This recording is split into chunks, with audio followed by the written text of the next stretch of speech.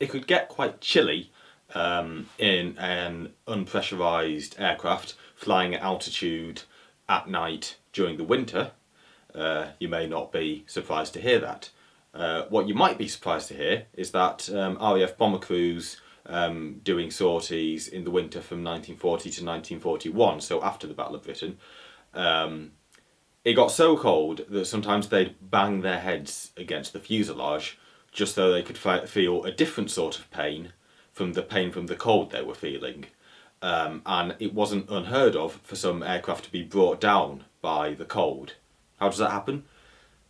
Ice would form on the wings. That would sometimes be 6 inches thick, and of course, ice weighs quite a lot.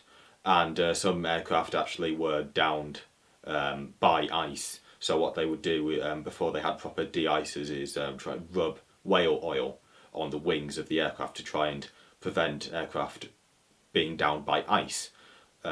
Ice would also form on the air screws, the propellers, and of course they're spinning around quite very fast, and we all know about centripetal force and all that sort of thing intuitively. So the ice would be flung off to the side by the propellers, and you could hear the ice batting against the sides of the fuselage with in tremendous force. So being in a Second World War early British bomber at night at high altitude during the winter wasn't the best place to be, and it didn't get much better later on in the war. Now Lancasters did have heaters.